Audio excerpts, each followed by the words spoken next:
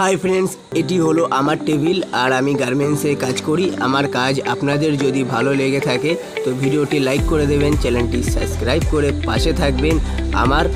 আর ওই যে সব রেডি হয়ে গেছে, সবাই কাজ এক্ষুনি শুরু করে দেবে। তো আপনারা ভালো থাকুন, সুস্থ থাকুন। জয় হিন্দ, জয় ভারত।